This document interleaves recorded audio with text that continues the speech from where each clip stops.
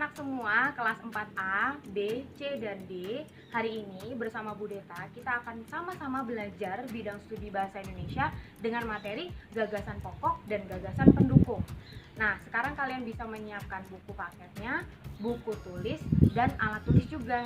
Kemudian silahkan kalian belajar dengan baik, pahami materi ini dengan baik-baik di video berikut ini.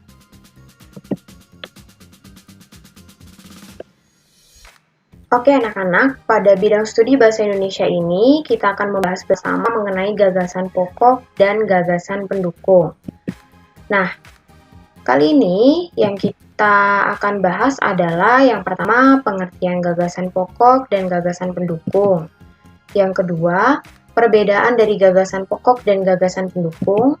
Dan yang terakhir adalah cara menentukan gagasan pokok dan gagasan pendukung.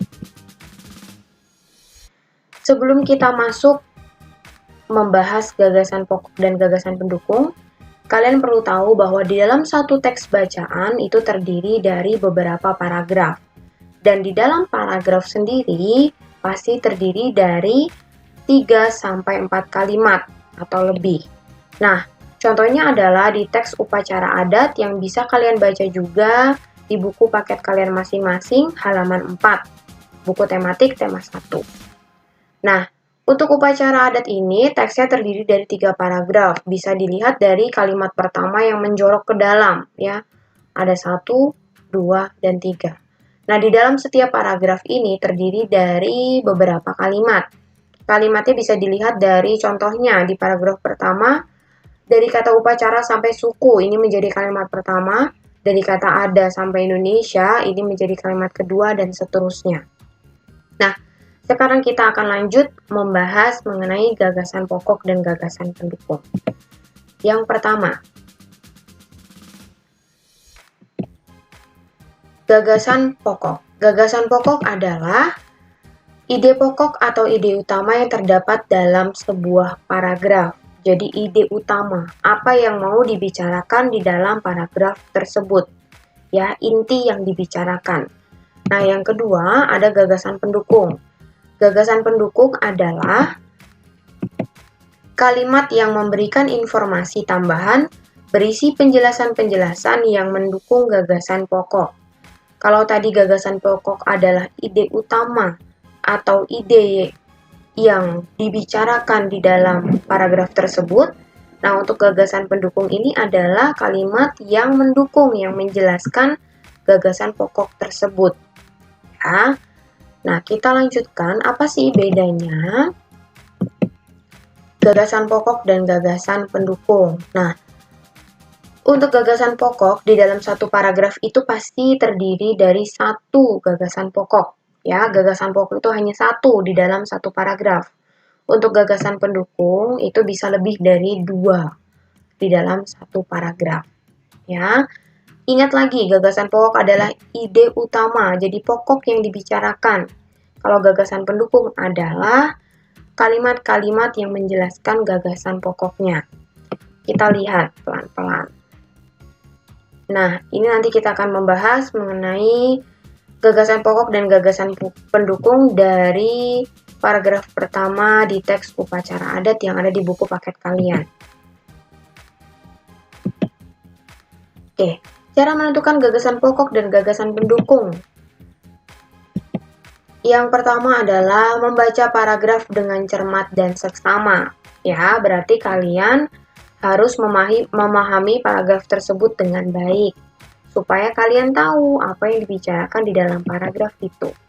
Yang kedua, mencermati kalimat pertama hingga kalimat terakhir. Apakah kalimat pertama, kalimat kedua, atau kalimat ketiga yang merupakan gagasan pokok. Ya, pada intinya, jika kalian sudah bisa menemukan gagasan pokok, kalian pasti akan mudah menemukan gagasan pendukung. Karena gagasan pokok itu hanya satu. Berarti jika misalnya di paragraf tersebut gagasan pokoknya ada di kalimat pertama, berarti kalimat kedua dan seterusnya merupakan gagasan pendukungnya. Oke, selanjutnya, teruslah membaca kalimat demi kalimat hingga gagasan pokok paragraf ditemukan. Berarti kalian harus memahami setiap paragraf tersebut dengan baik. Nah, Contoh.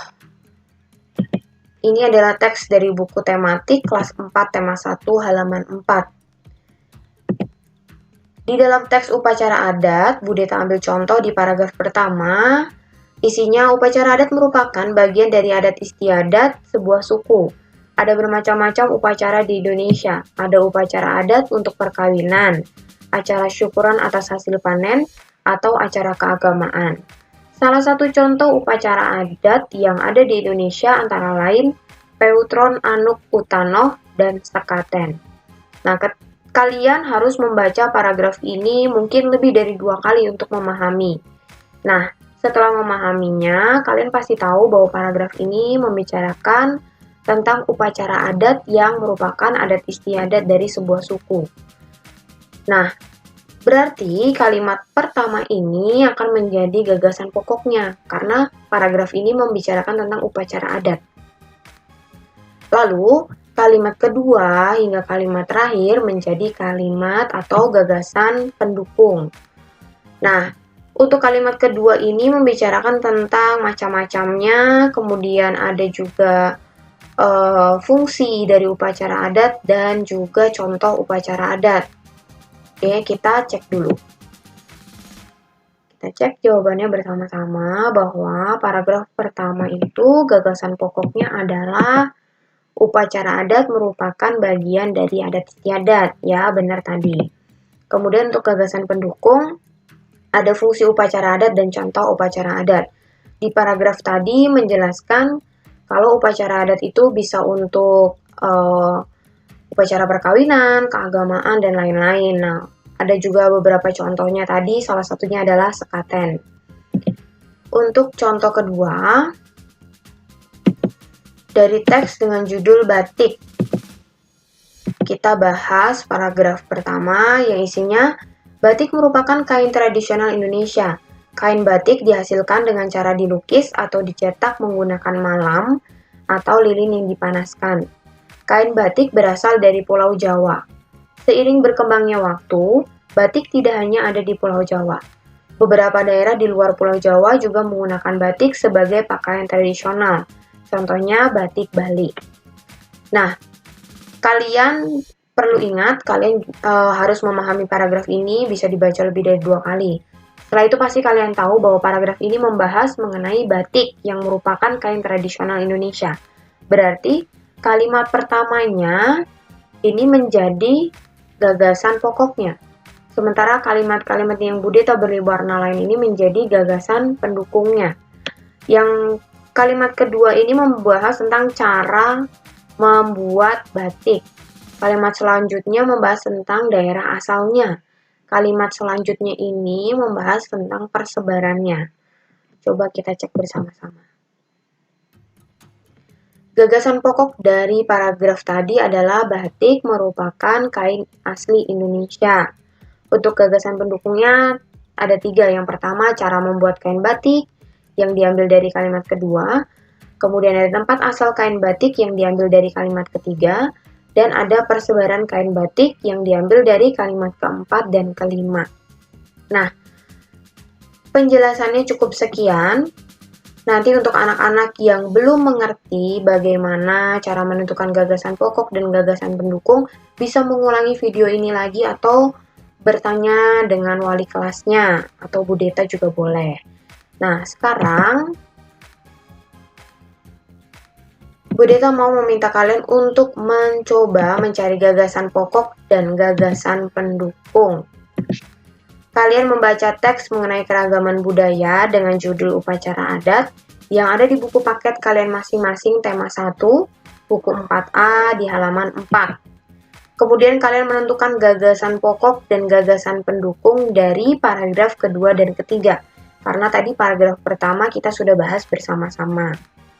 Selanjutnya, kalian menuliskan hasilnya di buku tulis kalian masing-masing, buku tulis bahasa Indonesia. Jangan lupa ditulis yang rapi, kemudian diberi tanggal. Jika sudah selesai, kalian minta papa atau mama kalian untuk menandatangani hasil pekerjaan kalian. Oke, sekian dulu penjelasan dari Budeta. Kalian bisa mengulangi video ini jika kalian belum paham. Terima kasih.